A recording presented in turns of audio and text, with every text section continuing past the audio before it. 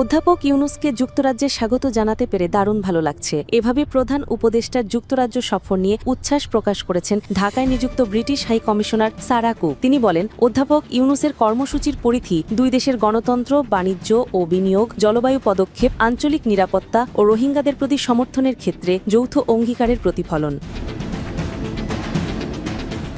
12 জন সামাজিক যোগাযোগ মাধ্যম এক্স হ্যান্ডেলে এভাবে সন্তোষ প্রকাশ করেন হাই কমিশনার কুক। এই সফর বিষয়ে পররাষ্ট্র মন্ত্রণালয়ের ভারপ্রাপ্ত সচিব রুহুল আলম সিদ্দিক বলেন, এটি অত্যন্ত একটি গুরুত্বপূর্ণ সফর। বাংলাদেশের সঙ্গে যুক্তরাজ্যের সম্পর্ক গভীর ও বহুমাত্রিক। তিনি আশাবাদ ব্যক্ত করেন, এই সফর দ্বিপাক্ষিক সম্পর্ককে আরও জোরদার করতে গুরুত্বপূর্ণ ভূমিকা রাখবে।